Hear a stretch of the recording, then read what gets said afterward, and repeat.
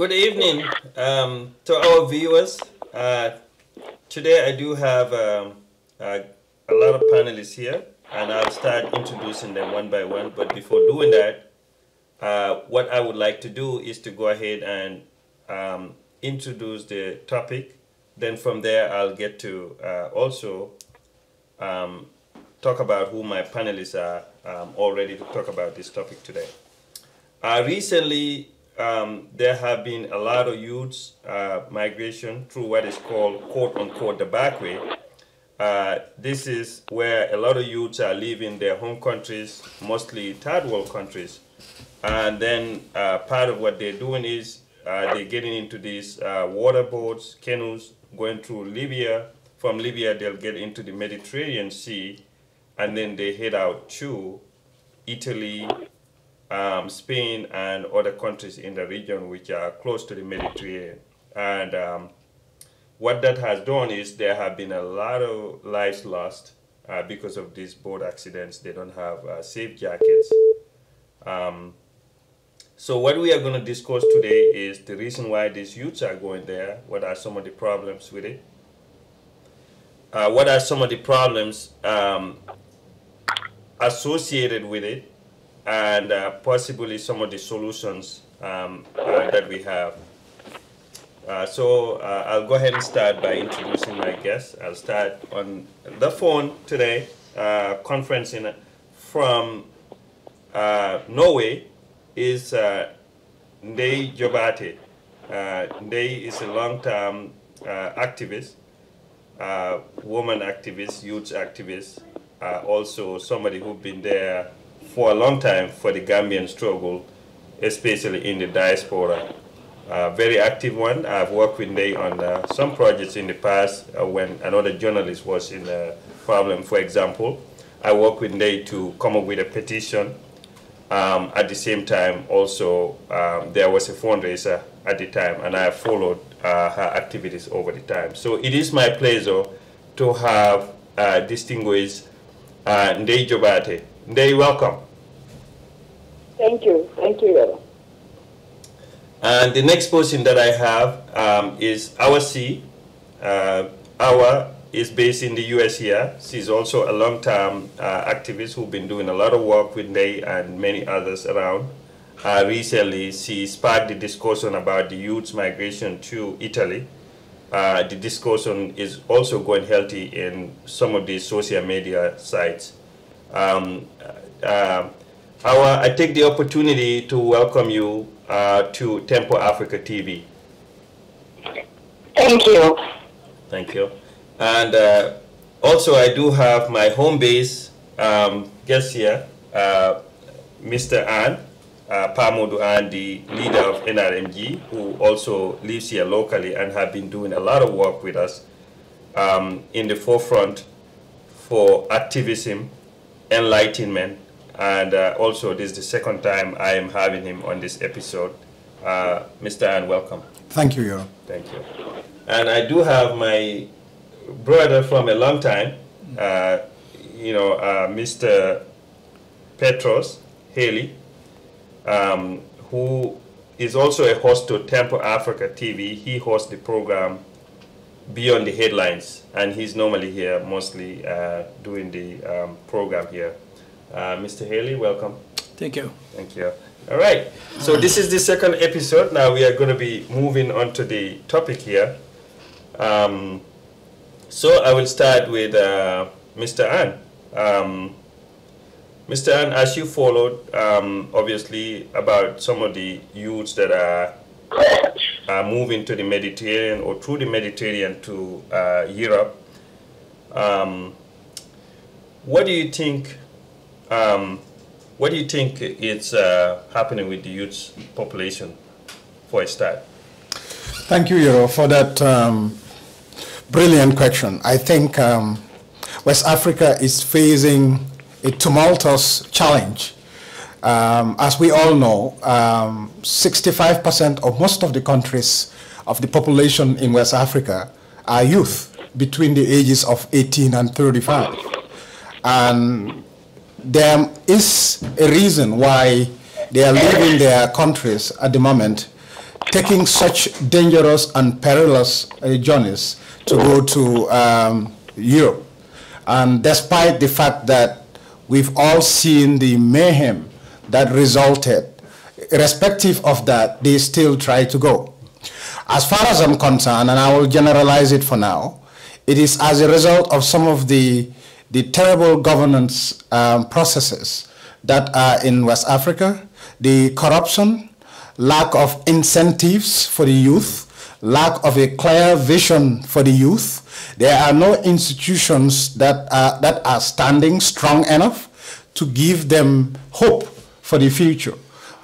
Most of the educational systems are mediocre, whereby they are ill-prepared to face the challenges that are in the countries. And most importantly, most of these countries like the Gambia have a decadent system, terrible leadership, and one-man kind of kingdom where nobody can do anything or think for themselves. And as a result of this, you have this outcome.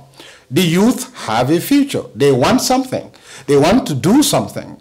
They want to make their lives better. So they are pushed beyond reason to do whatever is possible to sustain and support their families. We all know the cultural dynamics of our families in Africa. So this is what they are out for. This is what motivates them. Thank you so much, Mr. Ann, for a brilliant introduction to the topic and a brilliant take on it. And at this point, I'll move on to Ndeye Jobate in Norway. You heard what Mr. Ann's take is on the start of this. What do you think is happening to our youths, Ndeye, for a start? Yeah, I think that here we are dealing with a situation where we are losing a whole generation. We kept on talking about the youth being the future for any continent or any country for that matter, and Africa is no exception to that stage.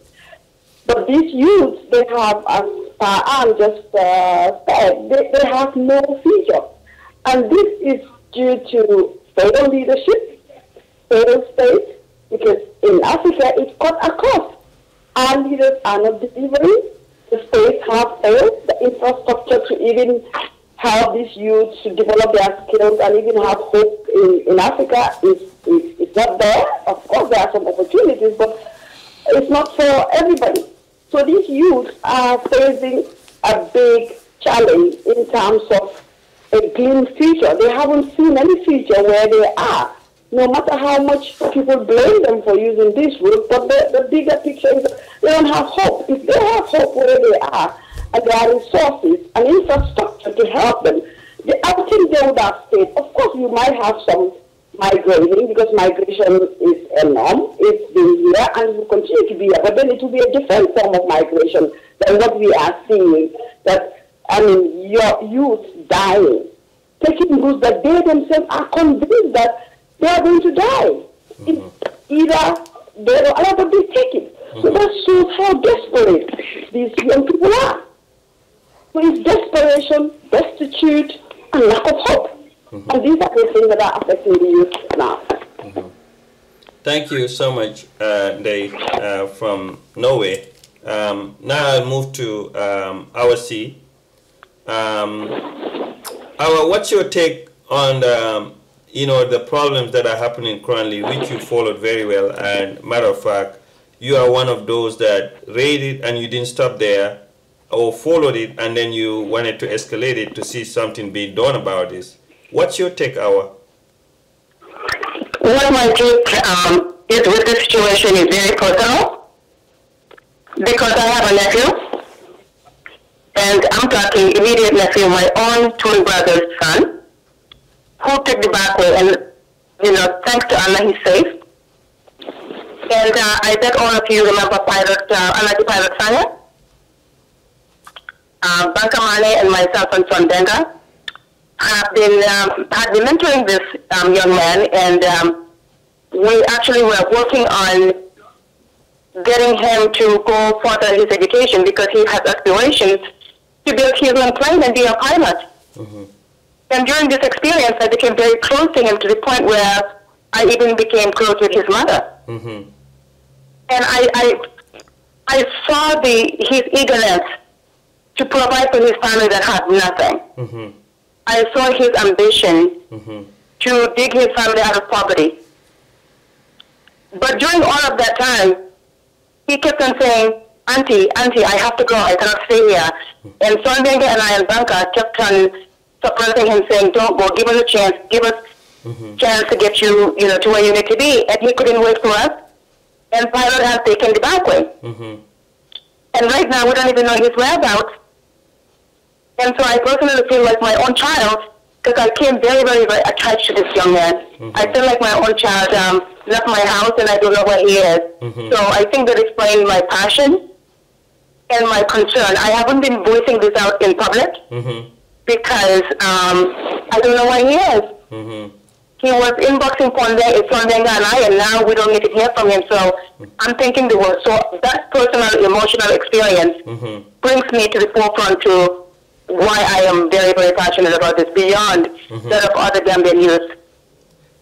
Thank you so much for sharing that story. Indeed, it's very emotional hour, and I share your feelings about this young man. And I followed the videos of him.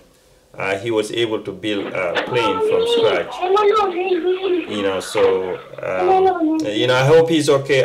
And again, I'm really sorry to our viewers.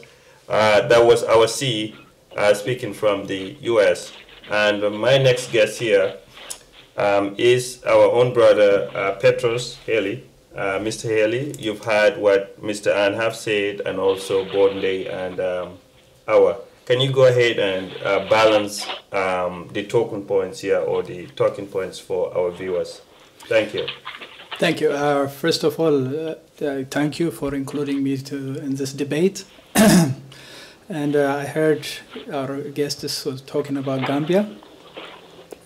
It's sad, usually you hear when there's a war, the plights of refugees are tremendous. But in Gambia, there's no officially declared war. And in that point, I can also talk about the Horn of Africa region, a country which I came from, Eritrea. There was no war, but it became the second largest refugees in the Mediterranean, particularly the last one. Out of 900 people who drowned in the Mediterranean, 350 of them were Eritreans. So when you hear this and you question it, and as a guest from Norway, I believe she mentioned it. It's a failed state. Failed state is one of the most contributing factor for a refugee crisis. So it's not only Gambian, it's not only Eritrean, but it's across Africa. The entire continent has a problem. So on that note, save our prayer for the people who drowned last week. And I'll come back to the other question when the time comes, sure. Yeah, thank you so much, Haley. All right, thank you so much. And that was Mr. Haley from Eritrea, based here, and also a host on Tempo Africa TV. And Mr. Haley is the host to Beyond the Headlines. It's my pleasure to have you again. Thank you. All right, Mr. Ann, I'm going to move to you now. I know in your introduction here, you started talking about how there are no incentives for the youths, how, there is no employment, no vision, no hope, basically a very desperate situation, and all of you all agreed around the same thing, that these are some of the problems. What do you think a responsible government can do, Mr. Ann, to make sure that these youths stay at home, in brief? Thank you again, Yoro. A responsible government will be in the service of their people. A good leadership and governance system will reflect the concerns and the uplifting and development of peoples by observing and providing for all their freedoms, by observing and safeguarding for that justice prevails, that every citizen would have the right to exercise their prerogative as individuals, as families, in their domain. This would be, to me, a preamble to anything that a government should do. You cannot govern behind the citizenry. You govern on behalf of the citizens. You were elected to office to serve and be a servant to the people. And in so doing, you create a vision that which you had displayed or declared during the democratic process, which is you are going to implement for the benefit of the people. And I believe it's a contract between you as a leader and the people. And most of the time, as we have observed, especially in West Africa, Gambia in particular, that contractual agreement is always reneged on, abused, and undermined. And these are the basic fundamentals that create these situations where, because of desperate situations, the youths especially, who need to be energized, who need to create a future for themselves and their families, would do anything, for that matter, to have that opportunity to prevail and to progress and to excel in life. Thank you so much, Mr. Ann. And I'll move to fast forward today. And I'm going to ask the same question. As you know, that when we talk about the youths being involved in this back way, it is not only the guys. There are ladies, obviously, that we monitor who are also there, to which I'm sure you are following. You know, from that perspective, you know, what do you think a responsible government should do, especially for a woman, to make sure that they don't go through the back way? I saw on social media that there was somebody who was being mourned recently and is a victim of this tragic back way. What's your take, Ndeye? Thank you. Thank you. Yeah, it is a very sad situation. It's a very sad thing, a process we are going through as well. To get to a situation in a country to lead to the extent that people, young women, are also part of this dangerous move. I watched a documentary on BBC. These are Gambian girls that have taken the back way, and they got all the way to Nigeria, and they couldn't go further. And they stayed in a village because they have no food to eat. They work as prostitutes. And these are all Gambian girls. And it's so sad. It's so sad because I always say that this whole back way thing is like our governments don't care. They can't be bothered. And sometimes even conspiracy theory, I'm like, maybe they like it because these are the younger people who would make life hard for them. If they stay there because they are desperate, they are angry, they have nothing to do, so the potential of them rising up against them is higher. So let's leave them to go and die. Because I can't understand a responsible government can stand and watch every day on the news, because they see this news, they can't say they don't see it. And hundreds of African young people are dying, and it's just like nobody, not even a statement from the EU. I don't know, maybe somebody has a statement from EU. I haven't had any statement from the EU as a responsible institution to come out with a statement or a strategy. The EU called an emergency meeting. I didn't see the AU calling an emergency meeting. So these governments are just a failure. And of course, I mean, Anne is talking about Gambia. Gambia is worse. I mean, you don't need to hold guns, fighting and killing each other for us to call it a war. Gambia is a war zone. And these kids, they need to survive. So young women are abused in this process because I've seen pregnant women. The last boat they were showing, there were pregnant women in it. I mean, that shows you how desperate this situation is. If pregnant women can sit in this bad group and go all the way, that shows you how desperate it is. So it's like, it's a whole chaos. That's true. Whether you are a woman, or you are a man, or you are a boy, or a girl, it doesn't matter because people have to survive. It's just like you put people in a cage, and they need to survive. They will do everything to come out from that cage. And this is the situation. A responsible government should have called an emergency meeting, should have called their youth organizers or youth leaders, youth ministers to sit down and discuss and then talk to their European colleagues to find a solution to this situation. But I haven't seen that happening yet. Maybe it's there, but I haven't seen it on the news. I think you're expecting something like that. I think Ndeye has made a very important point here. Thank you. Where are the African governments? They have not made any decision or policy or announcement or pronouncements since this sad situation evolved.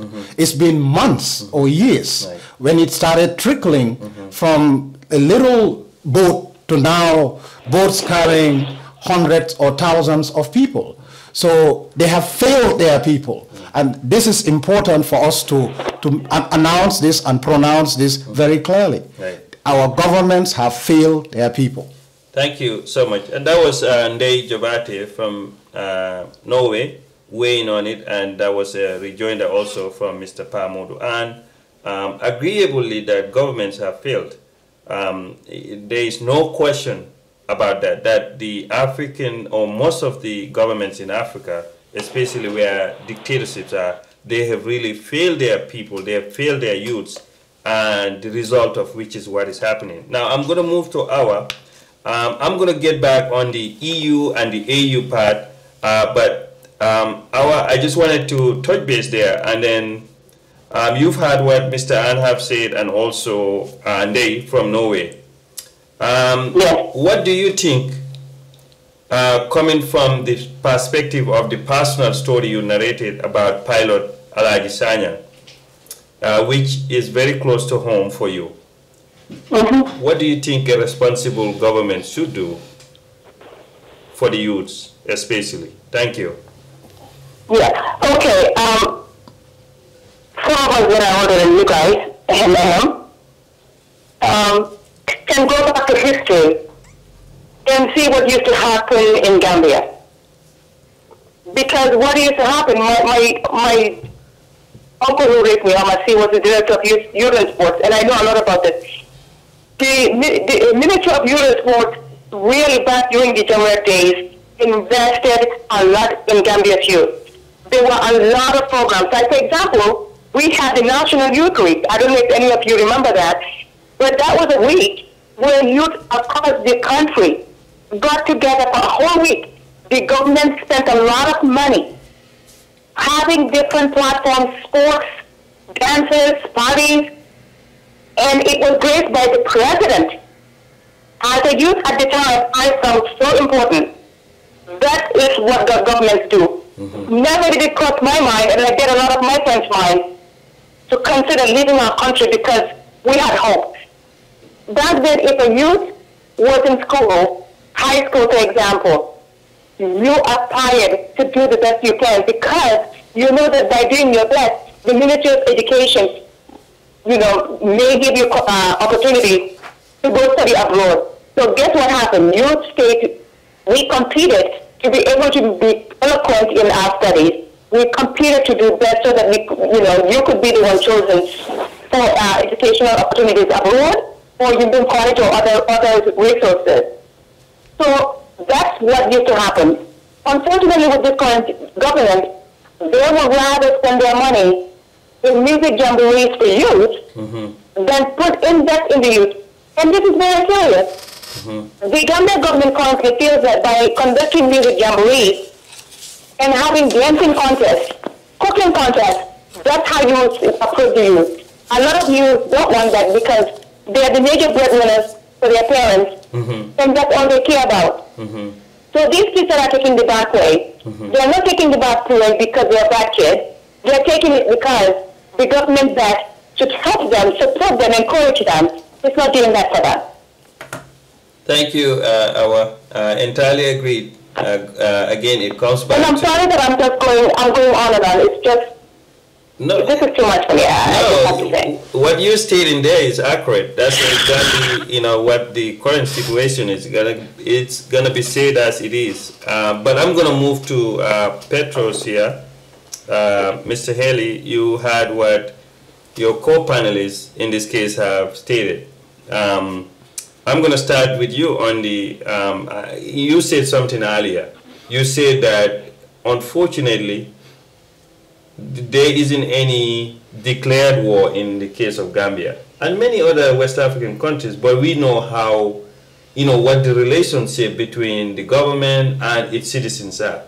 Take, for example, you probably follow a lot about Gambia also. What do you think a responsible government should do, and how is the youth population supposed to challenge its government to represent them in the best of ways? Mr. Haley. Thank you. First, I wanted to comment what the panelists said earlier, abroad and locally. It's unfortunate when this incident happened in Mediterranean and lots of Gambians, Senegalese, and what have you died. And 3 days later, the European Union are the one who called for emergency meeting. European Union, when they call for their emergency meeting, they look at it from their own interest, not from the Africans. So let's go back beyond the Mediterranean and talk about Africa. Gambian leader, as a dictator as he is not going to stand on behalf of the migrants. In fact, with all his means, he will try to justify his action by saying, yes, I'm doing okay. Locally, Gambia is doing all right. The only force, the lady from Belgium actually alluded to it, since the government cannot represent you, the people has to address their voice. Civic society, this is where it comes, especially she mentioned the youth. The youth has the upper hand. And since this issue is not only Gambian, but across Africa, maybe there's some kind of independent civic movement should be initiated. The European failed us. The African leaders are also part of the problem. When they meet once a year in Addis Ababa, they're not going to say that Gambia is violating human rights issue. They're not. Yes. I know Eritrea is another dictator where there's no war, but the second highest refugees producer in Africa. So those two people and their likes, they're not going to say that the migrant problem is urgent. Yes. It's not a priority at all. And matter of fact, just to complement what you're saying, Haley, I followed a video, exactly what you were saying about Gambia's current tyrannical leader is the same thing. He went there to justify, to cuss out the West and put all the blame. It's not him. For 400 years, he said, he said that he had provided this. He understands there is unemployment, but he couldn't be very conclusive. So it was more or less just blaming the West for the migrants that are going to the sea, and you wonder what the relationship is. But I'm going to get back on that here. Okay. Let me go back to my friend here, Mr. Ann. Ndeye Jobaate have talked about the EU and the AU, and you also added, rejoined a little bit to that. Let's take an example. The AU. How do you think the AU should be able to participate, and what should be their role in making governments responsible, especially governments that are signatories to some of the treaties that they have? Wow. Thank you. Thank you, Yoro. I mean, the AUs or older OAU it transitioned into AU in 1994, something like that. We've all known that it's a toothless tiger. It is, in my view, this is how I describe him. There is aspirational organization. They just aspire and write outlines of goals that are never met. Even the basic of human rights are not guaranteed in action. It is there. There is an AU Human Rights Charter, but it's not guaranteed. There is AU something migration. There is AU's intercontinental whatever, but it's not been done. We have observed from independence to date that there are very few things that the AU has excelled in. They have not been consistent. One of the major problems as a student of this area, international organizations, is the fact that the non-interference clause that is put in the charter makes it that if Yahya Jammeh is doing whatever, it's okay. We cannot talk about it because it's in his territorial outlines. So how are you going to exercise jurisdiction over your members if you can talk about Yahya Jammeh or Eritrean president's decadent behavior, or abuse of his own people? True. So this is one of the biggest challenges of, in fact, not only the AU, but all the subcontinental organizations like ECOWAS, like the other subcontinental organizations in Africa. They've never had the opportunity to represent the people, just like it is reflected by those governments in those countries. It is no new thing. The same attitude is reflected in the AU's disposition. Thank you so much. And that was Mr. Pamodu Ann talking about the AU and then the transformation of which came from the OAU. And I do have a question later, a follow-up question. I'll put that in the parking lot for now. But I'm going to get to Ndeye. You've had what Pa was saying regards to the AU, which is obviously our home base, and be that you are in the, Scandinavia, probably followed more on the take on the EU. Can you share with our viewers what as the emergency that was called by the EU? Like Mr. Haley said, obviously they were going to look at the story from their own perspective. I couldn't think of any truer statement. They look at the story from their own perspective. In fact, that was the knowledge that is available to them. True. What do you think the EU should do in this case regards to these migrants? How do you think they can help, or they can make it hold, or how they can support governments in Africa to be responsible to where their youths don't have to take the risk of going through the back way? Thank you. Yeah, thank you. I think the European Union have enough resources to be able to cater for those who have already come in. Then the new strategy they are thinking of returning them back again, because these are people who are so traumatic. Europe, despite the crisis in Europe, they have enough resources. Italy has been calling the EU for help that they cannot do with this alone. They need help. But yes, I agree with the other panelists that they look at it as they are looking at their own interests. But that's what a government does as well. They are elected by people in Europe. It's difficult to say it. We condemn them. We hold them accountable. But that's what an accountable government do. You look at things at the interest of your people who put you there. You look at it at the interest of your nation. There have been conversations going around that they should send more boats and helicopters monitoring the area.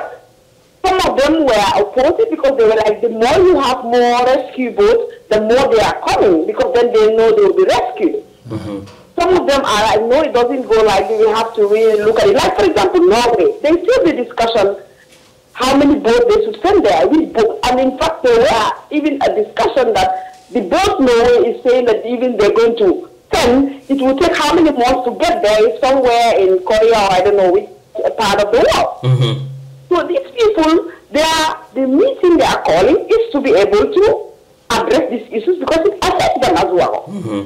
It has implications on them. And then now that Europe is even more concerned about terrorism, extremism, this even become more threatening and frightening to them because these are younger people who are potential victims of this. So what the EU should do is to hold our governments accountable because they are also part of the problem. Because, for example, a government like Gambia, you start giving them funds, giving them money without no strings attached. They have to, the money they are sending to them, even when it comes to these youth things, because they have money paid out for young youth development and things, they should hold them accountable. The EU have what they call the African Youth Charter, they have the African Youth Volunteer Corps, they have the African Union, there are four of these things for young people. What are these things doing within the AU system? What have they done to really look at these children, these young people, and address these issues? I mean, if they don't do that, if they are not thinking of these challenges, then you cannot sit down and blame the AU. Yes, it's a human rights issue, they have to address it. But again, who cares? It's not the Norwegian youth who are dying there. If that was the case, you would just see, by now we would have finished talking about this. Why is that we as Africans, we always have to go to these Europeans for help and everything when we have the resources? I just want to quickly go back to Pat's comment. This whole AU thing is just a group of 4 leaders together. And this is why they are so important. That's right. Because they cannot hold anybody accountable. AU have the AU peer review. What has the peer review achieved so far? They cannot hold anybody accountable. How can you hold Yajame accountable when Zuma is worse than Yajame? How can you hold even Macky Sall accountable where Yaya is worse than Macky Sall? This is the dilemma as Africans. These are our dilemmas. We're dealing with leaders who share the same thing. Very unfortunate day. Thank you so much for those. And that was Dave Jabati from Norway, who is also who is part of my panelists today. And the topic that we are discussing is the back way, its challenges, what a responsible government should do. That's where we are right now. What the AU and the EU should do. That's where we are. I'm going to move to my next panelist here, Awa C. Awa, be that you are involved basically on a lot of activities, especially with the youths. With Plight to the African youths, with the talents that they have, you narrated a story of a young man who was able to build an airplane from scratch. Alaji Pilot Sanyang, right? Right, Awa? Hello, Awa, are you there? Sorry, I heard you. Yes. So, sorry about that. Yeah, I was talking about Alaji Pilot Sanyang. You know, what are some of the talents of the youths that you saw? And how do you think that those talents will translate for any government to invest more on the youths than to see the youths going through the trauma that they, Pa and Mr. Haley have described? What talents do you see in the youths that should make any government, anybody on the outside, know that this is a source of insurance for any country, any nation, any war? Our C. Thank you. Yeah, actually, before we talk about the talents, I want to start at the root of the problem. Because you cannot harvest 4 tree without nurturing the roots. Education is the roots for the youth. Basic education doesn't exist in Gambia. That is why we have such a dropout rate, and that is why you see a lot of these youth taking the back way. A lot of schools have been built, but quantity and quality do not equate. We have a lot of schools, but we don't have teachers who are capable of teaching those kids. Before, when you had what Gambia called a qualified teacher, when you heard the qualified teacher speak, you think this person maybe went to England to study, because when they speak, us students used to say to them, so, wow, this teacher, oh wow, did you hear Mr. So-and-so? Boy, is he good, is she good? Basic education, this is very, very simple. Basic education is what is the hindrance to the sort of primary education to Gambia's youth. And if the youth are not performing well in school, there's nothing there for them. And I shouldn't compare Gambia to Europe, but I'm giving you examples here. In America, if a child goes to school, they didn't do well and they didn't qualify to go to college. They go to vocational training schools. Gambia used to have those things. That's right. GPTI actually was one of them, and GPTI was very effective. Some of the kids that didn't do very well in school enrolled in GPTI and did technical training and things like that, computer training, and then they were able to secure jobs. So there was something. You don't in your primary education, but you had other resources to boost you and keep you connected and give you hope. See, when you have hope, you don't think about risking your life for hope. You still have some, you know what, I failed here, but there's this other resource that I can use. So that's what's missing. That's what's missing. Thank you, thank you. Thank you, Awa. Thank you. Can I come in as well to Awa? Go ahead, Ndai. Thank you so much. Yeah, I just want to add to what Awa has said, because it's an important point Awa is also making on the issue around skill development and education systems. Because that leads me to a point of poverty. Because education is not free as we say it. And even as the government is putting across that free education, it is what is expensive. And not all the families can afford it. So even if these structures are there, and families are so poor to be able to afford them because they are not free, still we just spiral back to the same thing. So the government has to address these issues of poverty, where people can have access to get their basic needs. In Ghana, when I grew up, those days when we were young, you eat 3 times a day and then have what they call journal, where you can eat. Now you can eat your 3 daily meals. So now a family is struggling to put 3 daily meals on the table. True. Paying school fees. True. Making sure that the kids get the best education. That's out of the question. It's just asking for too much. So that thing needs to be added. There is extreme poverty that nobody wants to accept. And we have to accept Gambia is in a situation that is dying. And that needs to be looked at. And that is, you can see it on the young people. Thank you, thank you. Thank you so much, Ndai. And it's very warming, very emotional. I hear your voice, and this is exactly what I see on social media, what I follow on TV. And, you know, the true story is not being told, but we are living in abject poverty. I'm going to move to Mr. Haley. I'm going to get back here to the other panelists here very soon. Mr. Haley, as an experienced man, probably coming from one country, Eritrea, which is culturally built too, because I do have a lot of connections in there. I know, you solidly built on culture. I do have a question for you here, but before I get to that, I just wanted to ask you, what do you think the African youth, especially, how should they challenge their government? How should they, because there are two sides to this. One of it is the government saying, look, I'm doing enough for you. as the youth, and you as the youth, you know, if you look at it, the ones that are guarding the government leaders, they're youths. The ones that are working on government farms, they're youths.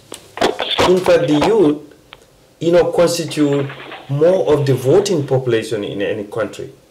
So if the youth were the one empowering governments and government wasn't doing enough for them, what is the point where we draw the curtains to where I'm saying, you're not doing enough for me, you know, I am having to go through. I mean, how should the youth communicate with a government for it to be responsible? Thank you. That is a great question. You know, as they say in this country, a fish stinks from the head. If the government is corrupt, if the government is not giving priority to the youth and the women and the overall development of society, you don't expect much from the youth. I can give you an example of Eritrea. The president is a dictator, but he also a believer of self-reliance. So he has this national service, supposedly for 18 months, but it's an indefinite service. Some of them served for 10 years. So when you serve 10 years, most of your productive life is gone. It's history. So the youth decided to leave. You know, you have a better shot by going to Europe or any other country. South Africa, have you seen? It's another tragedy out there too. Yes. So the command system, the society, is what makes the youth productive and non-productive. If the Gambian president is not paying attention to the youth, but he is planning to spend more money to the military, then the priority is messed up. Yeah. And just like the guests were saying, yes, all these things are important. The youth, the women, and overall the society's development. But it will not allow you to go through that route. They have their priority to extend and prolong their stay in power. So those are the problems. But on the other hand, the lady from, again, Norway said, it has to be conditional aid that comes from Europe. Yeah, I agree. Yeah, as reward and punishment. You know, you give them if they do programs like she mentioned, the youth and women programs that aspires towards development. If those kind of aids are attached to it, then we'll see a result. But at the same time, my guest here also mentioned, who are IMF, World Bank, they're not so much into this youth development. That's true. Although they give you some amount, who they giving it to? To the same dictator. Yes, the same person. Same tyrant. So it was just a vicious circle goes around. So part of the problem is, the international aid has to be shaped and redirected with a development orientation. And at the same time, we have to be cognizant of the reality that those dictators are the one who's running the show. How do we do that? Collectively pressure these tyrants? That's up to everybody. Thank you. Okay. And I do have a question. Before we take a short break, I would ask the question, and whoever among the panelists want to go first, you definitely can go. I'll just see how prepared everyone is on the topic. Again, the topic is on youths, responsible government. What is our take in this as humanitarians, as Africans, as, you know, world citizens? What is our take? What is our take? What part of this do we support? How does this problem need to be solved? But the question is, I'm going to throw it out to the whole panelists here. What are the responsibilities of communities, parents in this whole migration? Anybody who is able to go first, go ahead. Let me see. Thank you.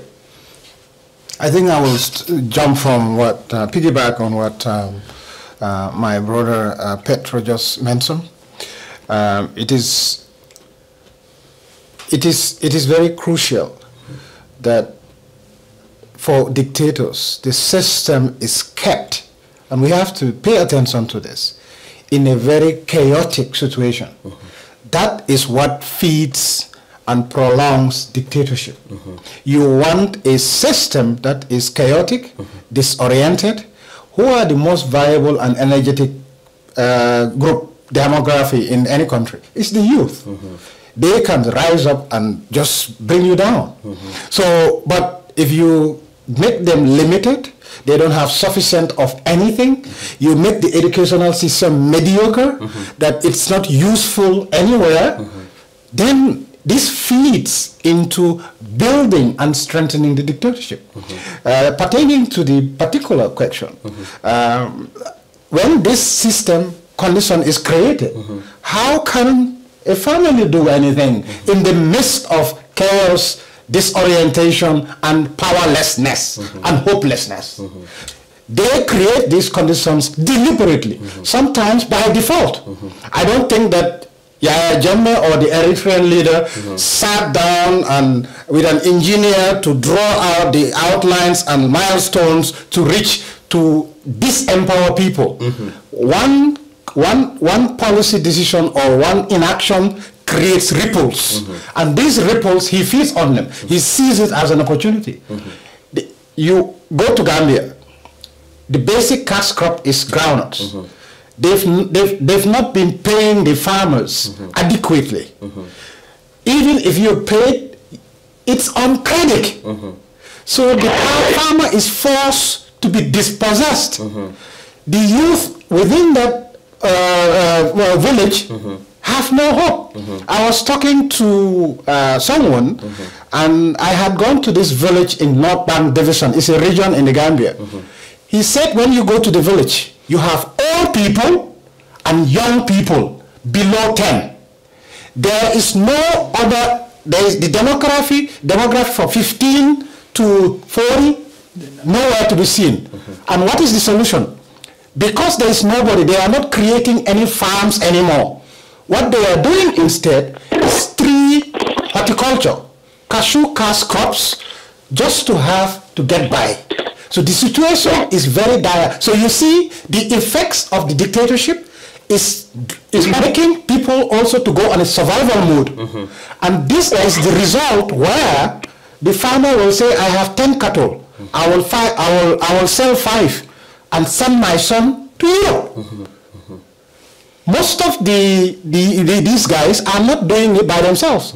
It's part of the family system, because of the hopelessness in the situation, that is providing the funds so that at least there is one hope in the family to help. I will stop there to give all panelists. Thank you so much. Somebody else can also go ahead. And my honorable guest, one of you should. Thank you. Yeah, actually, we could do what right out of my mouth.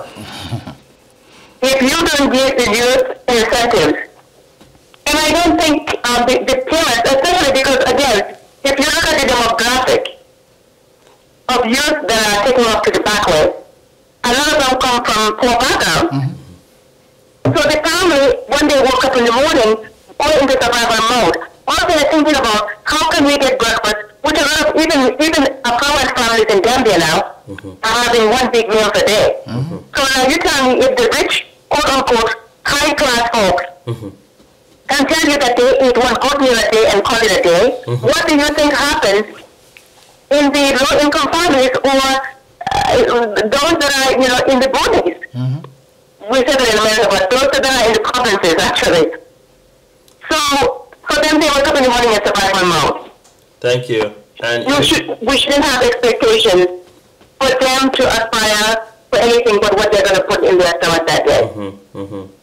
That's the reality. That's the reality. Thank you. It reminds me of one of my favorite poems written by the late Ajahn when he wrote, and the headline of the poem was, "Inflation has hit dogland." Inflation have hit dogland. What that means is, if dogs cannot have bones, then do we expect the average person will have a meal? Obviously no. So thank you guys for that great contribution. There I will get it back to Mr. Hali to just get back on the question. I know you've already answered the part of the youths, which you did so brilliantly. I wanted you to touch on what are parents and communities, and I know that you talked about also the youth empowerment, how youth should get together. But how about communities and parents? How do they contribute to this migration, or how should they not contribute to it? Prevent it from happening. Thank you. Again, it's beyond their control. You know, a lot of family and communities beyond their control, especially if one lives under a dictatorship. There's nothing much you can do with that. It's a holistic approach. We can plead to the international community to pay attention to that particular violations that particular country is doing. That is one of them. So sometimes, normally, change comes from within. But unfortunately, on African case, with all its complexities, the diaspora can play some kind of role, raising the issue. Now, this particular issue of migration and drowning could be a start, you know, and people, especially us, with the privilege of being outside and living in a free country where we can express it, we need to come together, not as Gambian, not as an Eritrean, not as a Nigerian, but collectively, since it is our collective problem. Then maybe this should be an issue. The parents in that particular country, be it Gambia, Eritrea, Nigeria, they have no choice. They have no choice. They can address their issue from time to time. The youth is speaking with their feet by running away. You know, that is a statement that they can do right now. If there was a slight form of democracy or openness, then you capitalize on that one. That's true. But pretty much in most African countries, even the fundamental rights are not respected. In fact, you might even be persecuted if you open your mouth. Definitely. So, okay. And it's not even a question, it's an answer. Yes, yes. It's a true statement. And if you want to just go ahead and balance what everybody have said, then from there, we'll be happy to take a break, and then a 5 minutes break, hopefully with some music to follow. But we'll take a 5 minutes break right after so they go ahead and balance just what you had from your co-panelists here today, from Mr. Haley, from Mr. Ann, and of course earlier on our C. Thank you.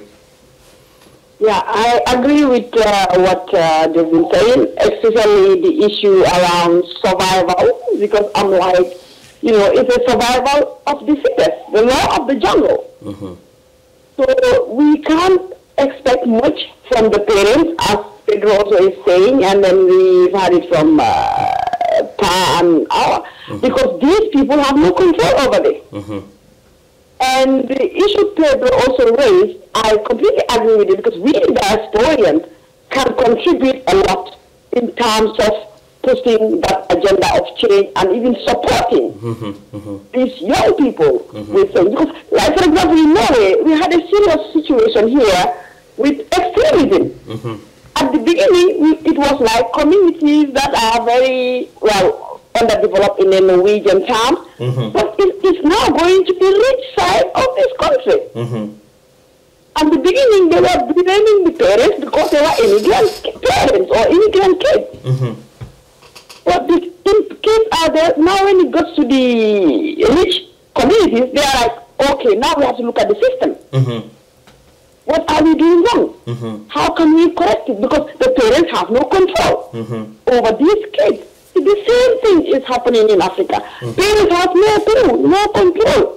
The community also, especially community organizations, they have to survive. They are looking for forms to survive. They are looking for structures to survive. These people also are affected. Thank you. So either we, as individuals, we should strengthen those institutions. We have to look into those institutions and help them and strengthen them to push the agenda for change. Yeah. Thank you so much. And just before we take a short break, again, the panelists that I have today, on my right-hand side is Pa Moduad, head of the NRMG, Resistance Movement Group.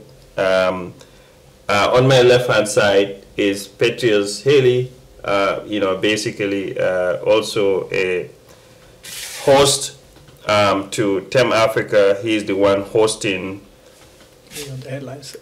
Beyond the headlines at Tempo Africa. And also on the conference, I do have Ndeye Jobate, a long-term activist out there doing walking the talk, and the same thing with our C, also an activist walking the talk. So the topic today have been the back way, quote unquote, our youths, the endangers that are part of it, the journey to through the Mediterranean to Europe, what governments have been doing, to facilitate this, which includes, of course, the lack of employment in home countries, lack of security, lack of democracy, lack of stability.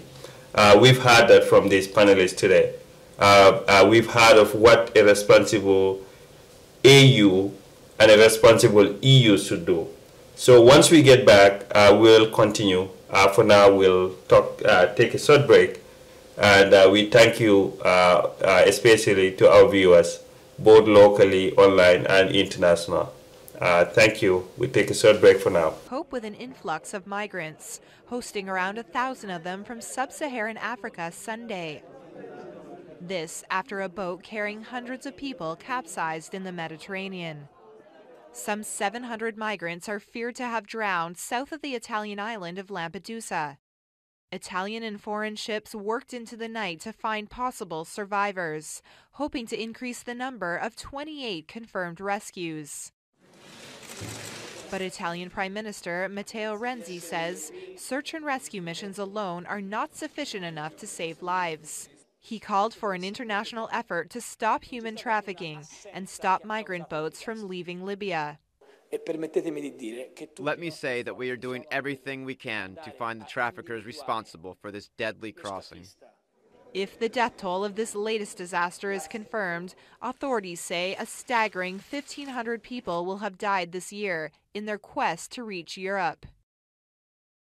Thank you so much to our viewers and to my panelists. Again, this is the show Inside Africa, episode 2. My guest on my right-hand side is Pamodu Ann, and I also do have Petros Haley on the left-hand side here, and I do have on the conference from Norway, Ndeye Jobate, and also from the US here, our C. Welcome back to Inside Africa. Thank you. Thank you. Thank you. All right. So in the beginning, we do talked about the details, and we just needed to take a short 5 minutes break. Now we are back. We're going to touch on a little bit about some of the statistics of some of the dire situations we've had in the Mediterranean.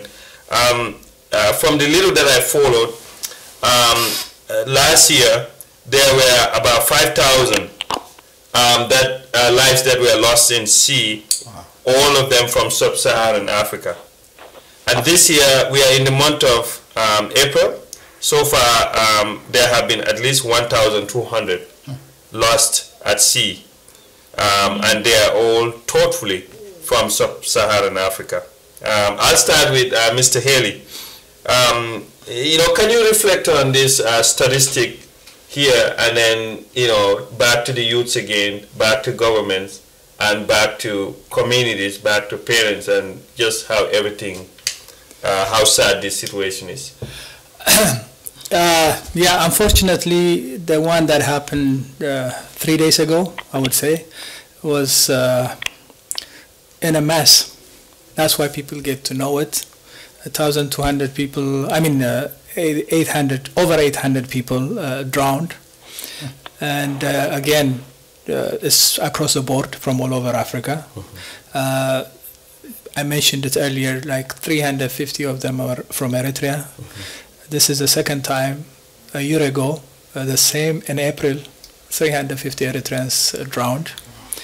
And what it involves traffickers, illegal traffickers, and mainly the youth, and they're ranging from, including babies. Some of the women were carrying babies, pregnant women, and from 12 all the way to 22, 23, that is predominant. Unfortunately, Mediterranean was the only route to Italy and Greece, especially, particularly Malta and Lampedusa islands. And as a discussion we had, even Gambia, a lot of them were last year. So it is sad. The youth is leaving their country due to repression, economic poverty, and war in some cases. But the irony is, on an Eritrean case, the second largest migrants in the world are Eritreans. The first one being Syria, which is a war, but in Eritrea there's no war. So that trend is on the increase. The hope is, just like we talked about earlier, how do we solve it? We can only talk about problems, but what do we do about it? In fact, this panel brought a very interesting topics and possible solutions. We have no voice outside of the continent. The voice that comes out within the continent is a government voice, and the very predator cannot speak on behalf of the victims. That is true. So maybe we should do something as a diaspora community. I think you can add up to it a little bit. As a diaspora community, we can engage in some kind of collective effort. That's what I would say for now. Thank you so much, Haley. Sure, Thank you. All right, the baton is turned to you, Mr. Yes, during the break we had touched on how to resolve this situation, and obviously it seems like the effects is widespread, and some of the challenges that Sub-Saharan Africa have is doing things locally.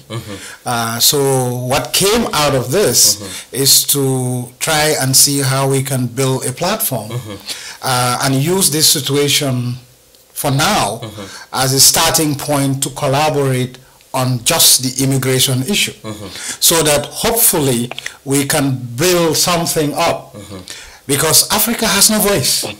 Our decadent governments don't represent us. They represent themselves. And so we have to take the reins of control back from them and initiate things that would take care of our people's welfare. And we don't have to be a government now, but we can be an entity that is respectable, professional, and representing our people's interests. So that's what we've been discussing during the break. Thank you. Ndeye, from Norway, I just wanted to know, what does this statistic mean to you, Ndeye? Statistic is scary. One African dying in the sea is too much. So it is human life. And every life is valuable to us as Africans, especially the younger generation. So I agree both with Pedro and Plan that we need to do something as diaspora, because the diaspora is another country of its own. Because we are big, and we are strong, because we have the resources, we have the capacity, we have the knowledge, we live it. So we also should take part of the blame as well, because we should be able to organize ourselves to the extent that we can address some of these challenges. We shouldn't be like our government, because we are seeing a whole transition from this whole laissez-faire we have from our leadership to us also in the diaspora, too much talking and less action. So we have to be able to gear towards this practical need, whereby we can stand up and say, okay, we are taking responsibility of these kids coming in. What do we do back home to keep them there? And what can we do even when we are here? Because even here, we are losing young people who come into the system and even have their papers, but we lose them to drugs, to crime, to all kinds of things. They are happening, and this is our territory. So for me, it should be both ways.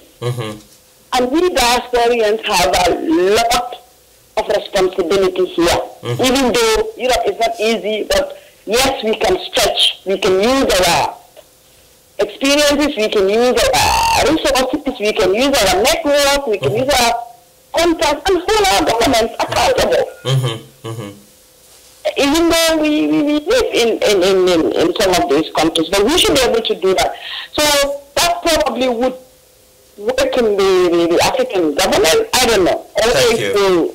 Make some sense. Thank you so much, Nay. Thank you. That was Nay Jabate from Norway. I'm going to move to my next panelist here, and that's our C. Like you followed, again, here is a disconnect, which is part of the frustration or part of the growing frustration. You know, we know that we talked about earlier what a responsible government should do. And part of it includes, of course, a government lobbying at the EU and at the AU and at any other level, in this case, Europe, on behalf of its citizens. But we have seen that the day government in the Gambia, take an example, have really failed these youths. What do you think the diaspora specifically should do? Should they reach out to those governments, to those organizations? I mean, what do you think the mediation, the reaching out process should look like, especially in today's age of technology? What should be done, Awa? Thank you.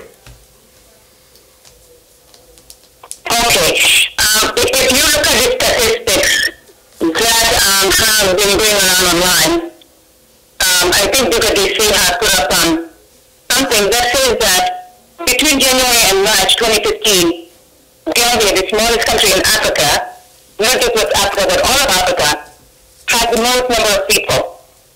So for me, I am going to be very selfish and, say that what I would like to see, I hate to say this again, because I don't like being a pessimist, but at this point I will be. The African Union is not there to protect us. If anything, I feel that they want to strengthen this conversation because they do not want the negativity to come to their country.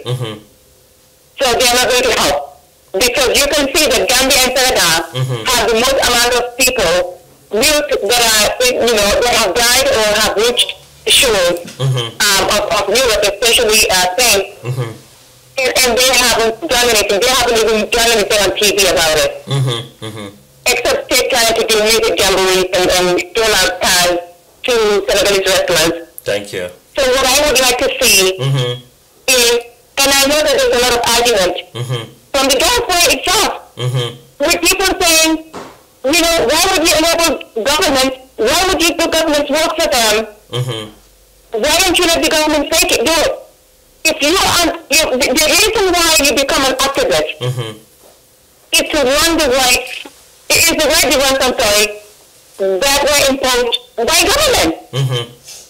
So if governments have wronged these youth, where they are not even leave their countries to destinations that can kill them, simply because they want a better life. So you and I, today, if I jump in my car and I know I'm going to die, if I jump in my car, I don't know go. But they know that they have a 50% chance of survival or death, yet they take those routes. So if they make sacrifices like that and they find themselves in European shores, I think it is our moral obligation to send representatives to the European Union and advocate for those youth to stay. Let them be dishwashers in hotels. Let them work at McDonald's. Let them work at, even cleaning the streets of Europe. And earn a living that can elevate to other things. Then send them back to Africa. Because when you send them back, in Gambia in particular, I have a very strong feeling that they're going to end up at Kanilai Farm as a form of punishment. And I feel that these youth have definitely been punished enough. Let's do something in the diaspora and help those that have come, help them stay while we work on issues and to help correct the situation. And Africa cannot do this alone. The Europeans have to step in and give us resources that can keep our people on the ground and prevent them from coming. Thank you. Thank you, Awa. Thank you so much for that valuable perspective here. Mr. Haley, you had what your co-panelists here have stated. regards to the statistics. That is their reaction, and you also have reacted in a similar way. It's very unfortunate, but we've talked about the government, we've talked about the youths, and we talked about AU, and we talked about EU. Now, I know we are talking about what EU should do, but you categorically stated in the beginning, EU is going to see it from their perspective. Now, should people petition the EU to where EU is going to close these borders, to where people will not be able to fly, the Mediterranean Sea? Should they police, those that recruit people for this? Should they police the very people that give them the means of the transport? Or what do you think, the role of European countries, the EU, and any other responsible person should do? I think the EU, in broader terms, they expressed their opinion 3 days ago. And again, that's what, that the middle approach could have been taken from an African itself, from the victim point of view. They have not done that. What they did is they wanted to protect their territory from discouraging migrants to come to their country. That is their priority. And as you've seen it, Italy was saying, I'm carrying the most burden. And German, I think they accepted 200,000 within the last 2-3 years. But they were saying, let's equally share the burden. Our migration is a burden to them. It needs to go beyond that. This is my take. So somebody has to brief, just like you said earlier, somebody has to brief the European Union the root cause of the problem. The root cause of the problem is not the quick action taken by somebody was saying the microwave option. You just put it in the quick fix. It just does not work like that. Yeah, Africans, we need to stand up to our rights, the plight, and in fact, if I may say so, some of the problem was created by the Europeans. Okay, this may not be the platform to discuss that. Right. But as a diaspora community, again, everybody was mentioning it, we can go a step beyond and organize as a diaspora. Yes. When an emergency crisis as such created, then we'll have a voice to address. So European Union, they see it from their perspective, and I don't blame them. Africans, we have to see it from our perspective, the diaspora in particular. Some of the African leaders in Africa, they see it from a different perspective because they are the emanators and the cause of the problem. So I think we need to combine these issues together and come up with a better alternative. Thank you so much. And we are wrapping it up here quickly. Thank you to our viewers. Again, this is Tempo Africa. You can always access Tempo Africa online by visiting www.tempoafrictv.com, and you can also access it on Roku. And for today's show, this is Inside Africa. I'm going to go ahead and give it to Mr. Ann. Mr. Ann, as the leader of a diaspora group, NRMG, a resistance movement group, if in case you come to power as a president, as an influential person in a country like the Gambia, what is going to be your role at both local level and also at international level, Mr. Ann? In relation to the migration? That is correct. Thank you, Yoro, once more. NRMG's position, or our position on the issues of youth, women, and challenged persons is that they have to be given priority. In our societies, culturally, most of the time, people on that side of the society has always been marginalized. It's about time that every Gambian, no matter who you are or what your limitations are, must be given your full right. That's where NRMG, the National Resistance Movement, stands, and that is our view of what a future Gambia should look like. Our stance is, and I think some of the panelists mentioned it, to revamp the educational system, make it relevant to our developmental processes and expectation, because most of the time our problem is misfit of education. You're just passing people through a process without any relevance that will give them a tangible outcome that will benefit them and the country. So our view is also to shift that and make it more local, see how we as a country can cooperate with other countries in tackling this issue, because that is what is needed. Challenge the government, us ourselves, to make sure that we stand on a footing that represents the desires and interests of Gambian people. Thank you. Thank you so much. That was Pamo Duran, again, the leader of the NRNG, giving some unfoldings to what a responsible government, in this case, if he was to be in power, what he will do. And I'll move it to Ndeye Jobate. Ndeye, you know, in summary, you know, what is your call on these governments? What is your call on the youths? Especially if you were to lobby on behalf of our women, our women youths, if you were to, you know, basically, you know, to speak on their behalf, considering what Mr. Haley was stating earlier, that there was a pregnant woman, not sure if it's one or many, who was seen in this. This is very unfortunate. It shows the level of desperation to which the youths have reached, trying to ply the Mediterranean, you know, and this is very perilous. What's your take, Ndeye? What's your call on governments? What's your call on the AU and EU? And what's your call on individual citizens, you know, on what they can do? Ndeye Jobate. Thank you. I would like to see a program, honestly, genuinely, practically addressing poverty. Because, I mean, even when we look at the UN level, where you used to have the Millennium Development Goals, they were there. They were measures. Some, even countries like Gambia, accomplished some of them. But there is extreme poverty.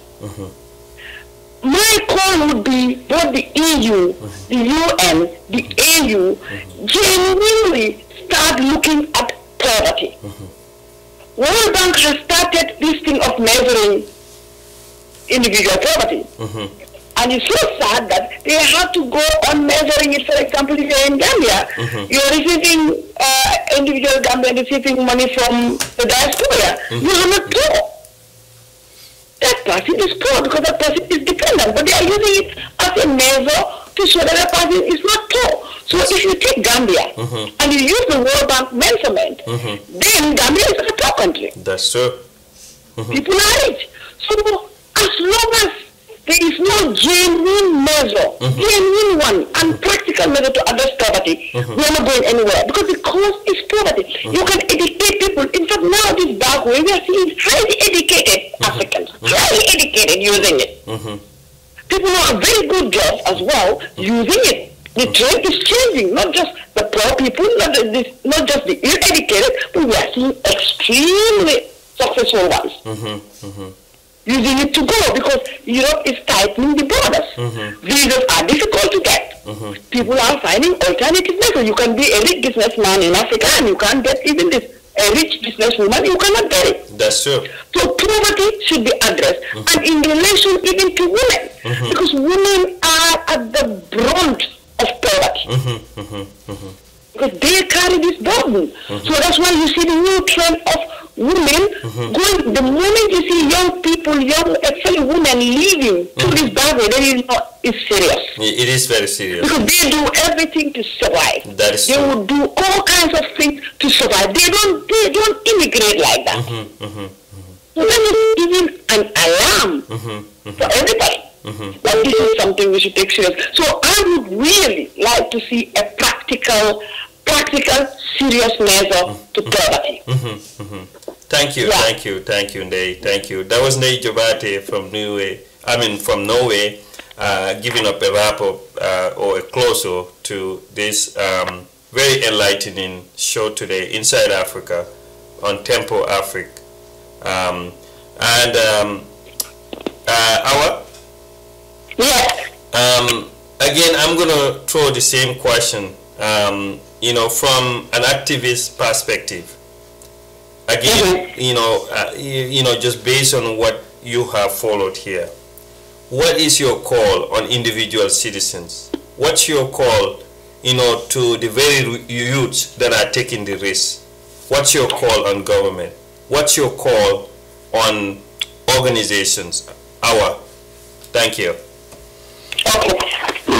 My call, unfortunately with the youth, it is going to be difficult for me to tell them to stay because I don't have resources that I can offer them to encourage them to stay. So that would not be a realistic offer.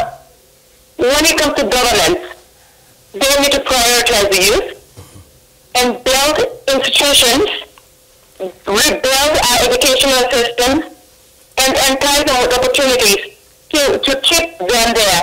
Because I figure once they attend education, they are not going to have interest in taking the back way. They will aspire to further their education and be meaningful citizens of society. I am calling on our government to make the youth their priority.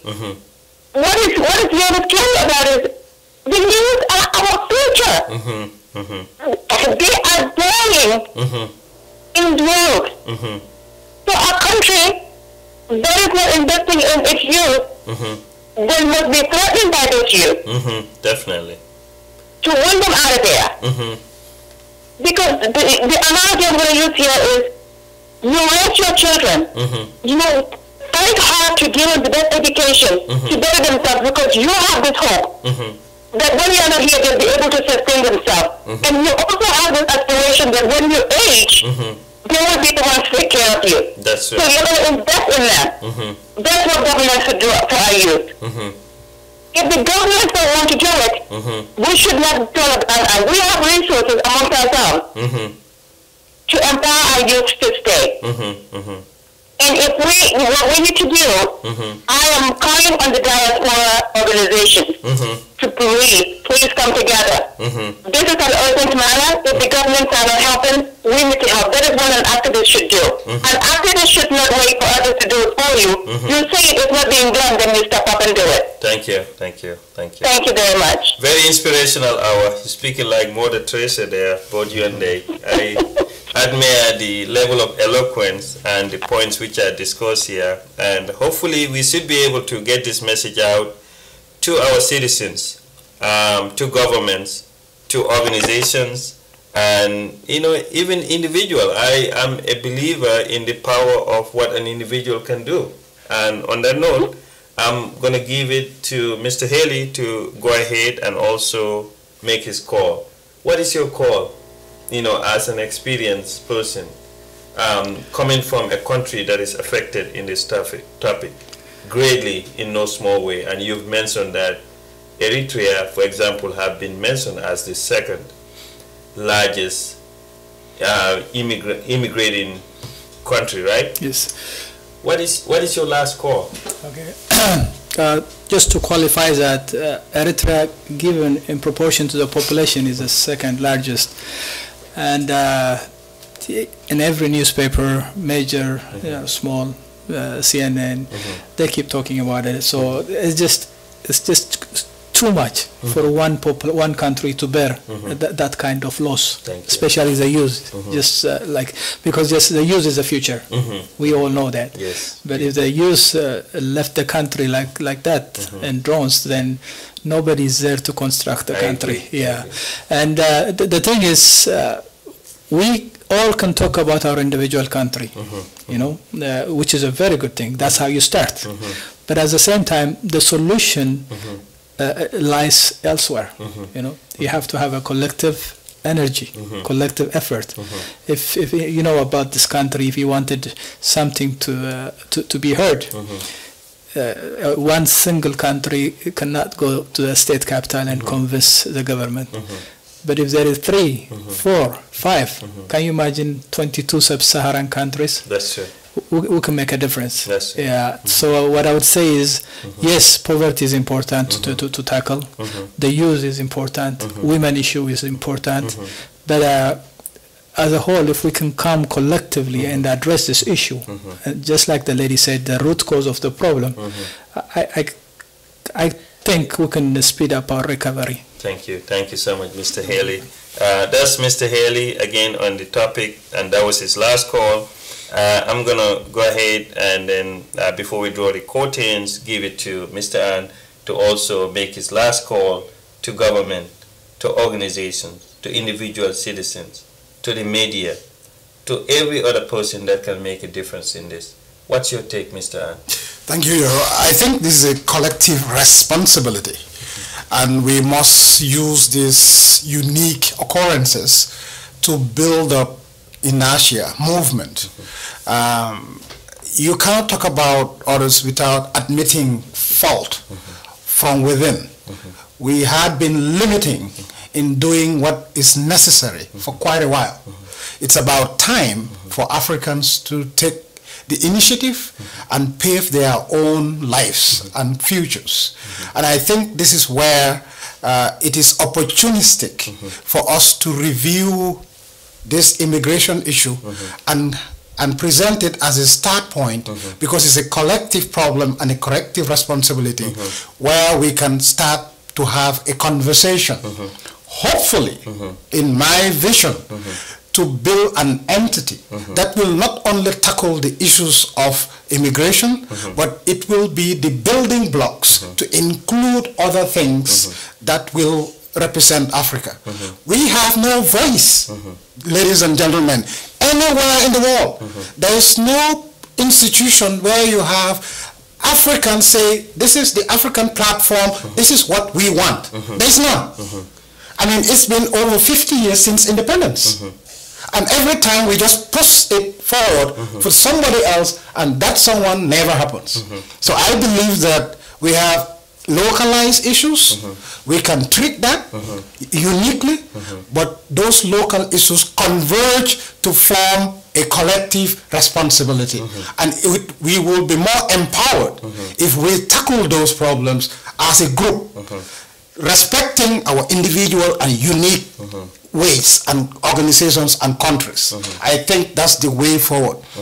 With this particular immigration issue, we should look at immediate urgency of the matter and see what to do, and then use short-term goals and then long-term, which some of the things I've discussed would come under. Some of them would come under short-term and long-term. We must strategize. We have the know-how. It is about time, ladies and gentlemen, to put that know-how to use and put Africa forward. Nobody else will do it for us. We have to take that. It is not about poverty. It's about responsibility. You can take your dollar and make good use of it. Thank you. Thank you very much. Thank you so much. Again, to our viewers, this is your presenter, Yero Jallow, and then the guest that I have, again, is Pamo Duan, leader of the NRNG. Mr. Haley, home base here, Minnesota, and we do have from Norway, Ndei Jobate, and then also our C from the United States here. To our viewers, to our listeners, we wanted to take the opportunity to thank you, and we will be running this show every Saturday, basically titled Inside Africa on Tempo Africa, and you know you can always access us here. Online, www.tempoafricatv.com, and you can also access us on Roku TV by going to Tempo Africa. Take the opportunity to thank the technical team for the support, and to everybody else that's viewing us or listening to us through whichever technological means you have. Till next Saturday.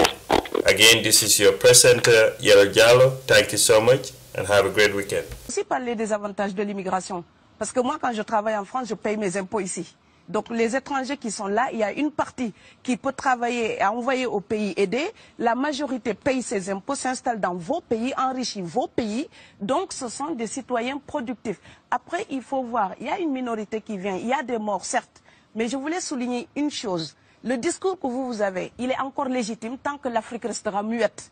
Et moi, aujourd'hui, je voulais m'indigner pour le silence de l'Union africaine. Les gens là qui meurent sur les plages, et je mesure mes mots, si c'était des Blancs, la terre entière serait en train de trembler. Ce sont des Noirs et des Arabes. Alors eux, quand ils meurent, ça coûte moins cher. Ici, j'étais venu en 2008 et j'avais dit, l'Union européenne, avec ses flottes de guerre, avec son économie, je vous dis une chose, si on voulait attaquer nos pays ici en Occident, il y aurait des moyens de se défendre. Donc si on voulait sauver les gens dans l'Atlantique, dans la Méditerranée, on le ferait. Parce que les moyens qu'on a mis pour Frontex, on aurait pu les utiliser pour sauver les gens. Mais on attend qu'ils meurent d'abord. C'est à croire que le laisser mourir est même un outil dissuasif. Et je vais vous dire une chose, ça ne dissuade personne. Parce que quelqu'un qui part et qui envisage l'éventualité d'un échec, celui-là peut trouver le péril absurde et donc l'éviter. Mais celui qui part pour la survie, qui considère que la vie qu'il a à perdre ne vaut rien, eh bien celui-là, sa force est inouïe. Parce qu'il n'a pas peur de la mort. C'est exactement pourquoi il faut fermer des frontières complètement. Il faut sauver l'Afrique et sauver l'Europe. Vous ne pourrez pas rester comme vous ne resterez pas comme des poissons rouges dans la forteresse européenne. La crise actuelle nous a démontré ça. Au jour d'aujourd'hui, l'Europe ne sera plus jamais épargnée tant qu'il y aura des conflits ailleurs dans le monde. L'Europe ne sera plus jamais opulente tant qu'il y aura des carences ailleurs dans le monde. On est dans une société de la mondialisation où un Indien gagne sa vie à Dakar, un Dakarois gagne sa vie à New York, un Gabonais gagne sa vie à Paris. Que ça vous plaise ou non, c'est irréversible. Alors trouvons une solution collective ou bien déménager d'Europe parce que j'ai l'intention de rester. Quand quelqu'un part, c'est comme quelqu'un qui est élu, choisi, peut-être le plus débrouillard. Et il y a tout un clan ou toute une famille qui pose son espoir sur cette personne-là. Monsieur, là, je vous vois bien habillé, bien nourri. Si vous étiez affamé chez vous, peut-être que votre famille serait ravie d'imaginer que vous pourriez aller gagner de quoi faire vivre les autres. Donc c'est aussi une solidarité qui est en œuvre. On laisse partir quelqu'un, on compte sur lui. Vous allez me laisser terminer. Et Schengen, entre guillemets Schengen, ça me permet d'être invité aux Pays-Bas, monsieur, donner des conférences dans vos universités. Quand ils trouvent que mon cerveau est convenable, là, ils l'utilisent. Par contre, ils sont embêtés à l'idée d'avoir mon frère, qui n'est pas aussi diplômé que moi et qui pourrait avoir peut-être envie de travailler dans le bâtiment. Donc, vos pays deviennent schizophrènes. On ne peut pas trier les gens comme ça avec les étrangers utiles et les étrangers néfastes. Et la deuxième chose que je veux dire aussi, c'est que les Européens, là, on voit des Africains qui viennent, d'accord? Ce mouvement, ce déplacement de population, on le voit. Mais on ne voit pas le mouvement des Européens allant vers les autres pays. Alors celui-là, c'est le mouvement des puissants, ceux qui ont l'argent, ceux qui ont le bon passeport. Donc vous allez au Sénégal, vous allez au Mali, vous allez dans n'importe quel pays du monde, au Canada, aux États-Unis, partout où je vais, et je voyage tout le temps, je croise des Français, des Allemands, des Hollandais. Je les rencontre partout sur cette planète parce qu'ils ont le bon passeport. Donc, comme avec l'exotisme, l'Europe s'était arrogé le précepte unique, unilatéral, de l'exotisme. Les autres sont exotiques. Alors que pour quelqu'un de mon village, il n'y a rien de plus exotique que quelqu'un d'Amsterdam. Maintenant, pour l'étranger aussi, pour les voyages des temps modernes avec la mondialisation, quand les pauvres viennent vers vous, il y a des mouvements de foule qu'il faut bloquer. Mais quand vous, avec votre passeport et avec toutes les prétentions que cela donne, vous débarquez dans les pays du tiers-monde, là, vous êtes en terrain conquis. Donc, on voit les pauvres qui se déplacent, on ne voit pas les riches qui investissent dans nos pays. L'Afrique se développe en taux entre 5 et 10%. Ce n'est plus de la progression, c'est de la surchauffe. Sauf que quand des pays du tiers-monde se développent et qu'ils n'ont pas les moyens, pour gérer tout ça, il faut une ingénierie, il faut une formation, il faut des populations pour installer une démocratie. Là, cette surchauffe-là, vous avez besoin qu'on reste dominé pour servir de débouché à l'industrie européenne. Alors il faut arrêter l'hypocrisie. On sera riches ensemble ou on va se noyer tous ensemble. Et je pense que l'Afrique et l'Europe, par exemple, sont là comme des enfants qui se regardent à travers un miroir déformant. Il serait enfin temps qu'ils se respectent, enfin qu'elles se respectent suffisamment pour que l'Europe arrête de nous envoyer ses déchets industriels pour construire avec nous de véritables industries, pour que l'Europe participe à ce développement et que l'Afrique, 60 ans après les indépendances, arrête de dire c'est la faute des autres. Au bout d'un moment, indépendance, c'est responsabilité. Si nous sommes vraiment indépendants en Afrique, nous sommes aussi responsables de notre destin. Et ça ne se fera pas sans les Européens et l'Europe ne s'en sortira pas sans l'Afrique parce que sinon nous serons un boulet que vous traînerez. Donc ce monde-là est lié et je pense que l'entente, je rêve d'une entente, d'une fraternité. Oui, je sais, ça fait bisounours. Mais il me faut garder cette utopie-là pour garder le courage d'écrire toutes les nuits. Parce que j'ai fait le vent de l'Atlantique il y a bientôt 12 ans. Aujourd'hui, à l'époque, quand je parlais de dizaines de morts dans l'Atlantique, on me disait « tu exagères ». Maintenant qu'on les ramasse par milliers, je suis absolument triste de devoir réaliser tout simplement qu'en tant qu'auteur, je ne fais que répondre à l'injonction de Schiller. La dignité de l'homme est remise entre vos mains, gardez-la.